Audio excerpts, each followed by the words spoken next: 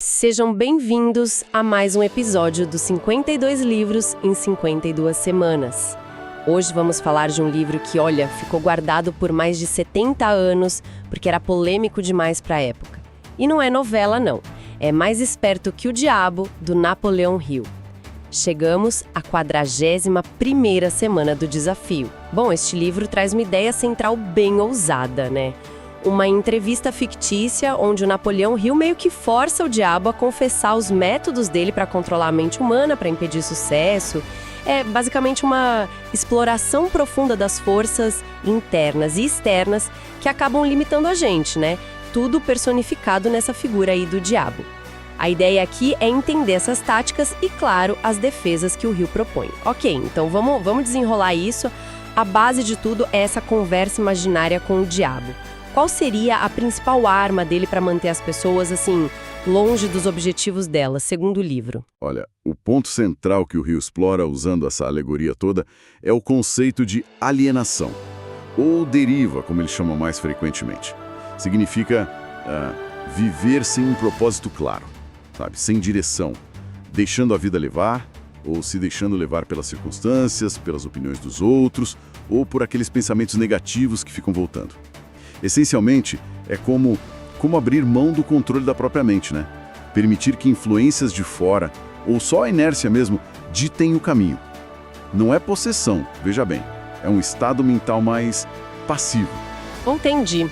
Então a gente está falando daquela sensação de estar meio perdido, ou da procrastinação que não larga a gente, da dificuldade em tomar decisões firmes, ou até de simplesmente aceitar as coisas como elas são sem realmente lutar pelo que se quer. Essa falta de controle ativo sobre a própria vida. Exatamente isso. Na metáfora do Hill, o diabo se aproveita desse espaço mental que não está sendo usado conscientemente. Ele meio que ocupa essa área para plantar o quê? Medo, dúvida, indecisão, enfim, negatividade. E o Hill sugere que essa vulnerabilidade começa a ser, digamos, cultivada desde cedo. Por exemplo, ele critica sistemas educacionais que focam muito em decorar, em vez de estimular o pensamento crítico, autônomo. E até mesmo, olha só, figuras de autoridade como pais, líderes religiosos que, mesmo com boa intenção, às vezes acabam instilando medo ou desencorajando a pessoa a pensar por conta própria. Certo. Faz sentido. Agora, se essa alienação é o grande problema, onde é que o Hill encontra a solução? Como a gente se livra dessa deriva e retoma o controle? Qual é o antídoto que ele propõe? O antídoto principal é o que o Hill chama de propósito definido. E não é só ter um desejo vago, tipo, quero ser feliz. Não.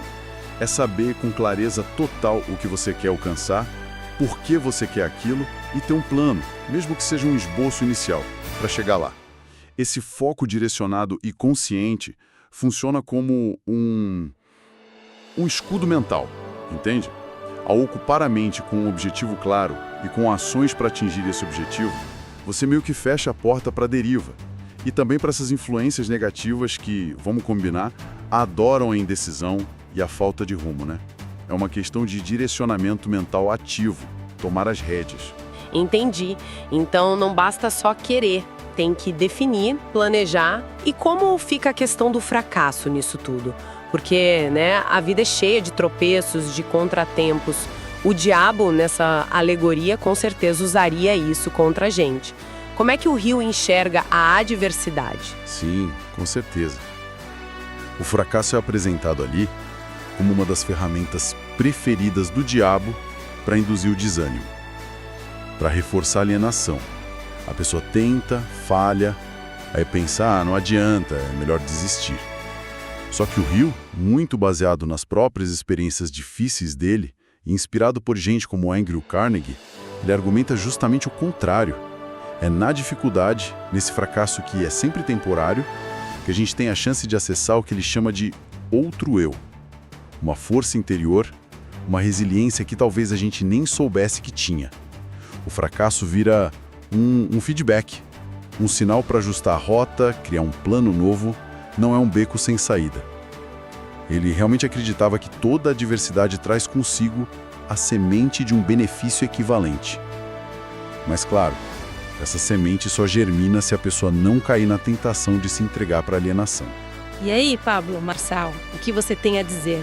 Eu aprendi uma coisa com o Napoleão Hill, no livro Mais Esperto que o Diabo. O Napoleão Hill, ele tinha um dinheirinho guardado. E aonde que ele começou a mudar de vida? Ele, ao invés de ficar pensando naquele dinheiro, ele ouviu, né, um rico falar isso para ele. Que ele entrevistou o fracasso das maiores pessoas do mundo. Tipo, uns 25 mil entrevistas. Imagina um cara entrevistar 25 mil pessoas. Só para você ter uma ideia de dimensão, o que é entrevistar 25 mil pessoas, ou pelo menos fazer uma pergunta para 25 mil pessoas, é o mesmo que você ficar acordado 3 anos fazendo uma pergunta por hora para cada pessoa das 25 mil. 3 anos sem dormir dá 25 mil horas. Você tem uma noção de dimensão de sabedoria de um cara que ele fez em algumas décadas. O que ele descobriu? Quando você acha que tem alguma coisa, enquanto você não zerar o que você tem, você não vai para o modo de combate.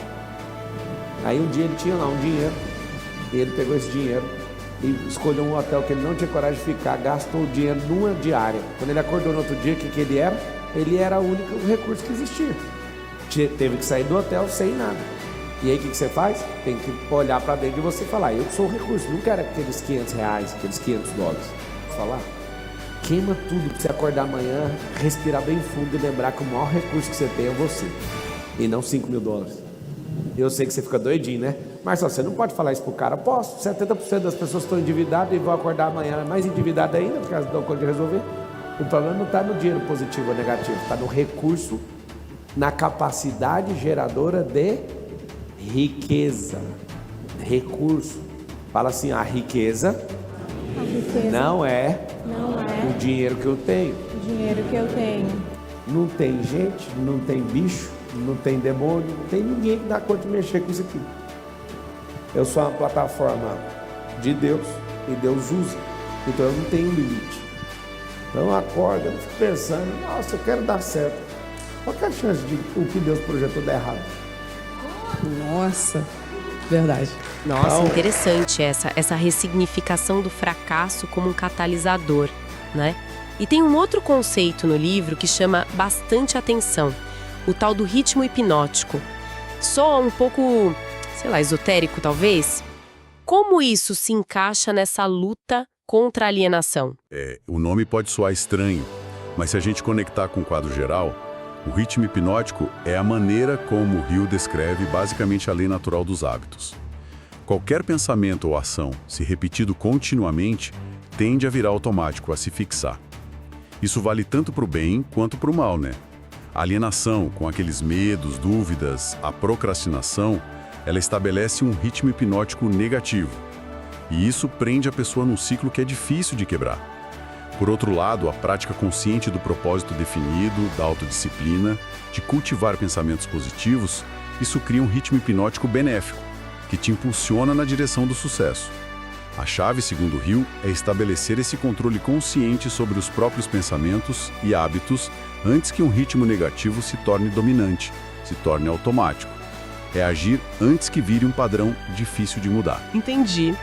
Então, amarrando tudo isso, a grande mensagem de Mais Esperto que o Diabo parece ser um chamado mesmo à ação mental, né? É sobre assumir a responsabilidade pelo nosso estado mental, definir ativamente o rumo que a gente quer dar para a vida e encarar os obstáculos não como um ponto final, mas como desvios que exigem, na verdade, novos planos e que até fortalecem essa força interior, esse outro eu que você mencionou. Precisamente. É uma defesa muito forte do pensamento independente, da autodeterminação, contra a passividade, contra o medo. É reconhecer as táticas, digamos assim, que nos puxam para a deriva, seja o medo, a indecisão, a influência negativa de outras pessoas, os hábitos ruins, e combater tudo isso ativamente. Como? Com clareza de propósito, com disciplina, persistência e, fundamentalmente, com a capacidade de aprender com cada revés, com cada dificuldade. No fim das contas, é sobre ser o mestre da própria mente para não acabar sendo vítima das circunstâncias ou da nossa própria negatividade. É ter controle. Excelente! Bom, continue com a gente no Desafio 52 Livros em 52 semanas. Curta, comenta e compartilha esse episódio com aquele colega gestor que vive apagando incêndio. Quem sabe ele não descobre como vencer o diabo corporativo também. Ah, e lembra de se inscrever no canal Marçal Sem Açúcar no YouTube. Semana que vem tem mais. E até lá, cuidado! A deriva pode estar rondando sua equipe. Tchau, obrigado.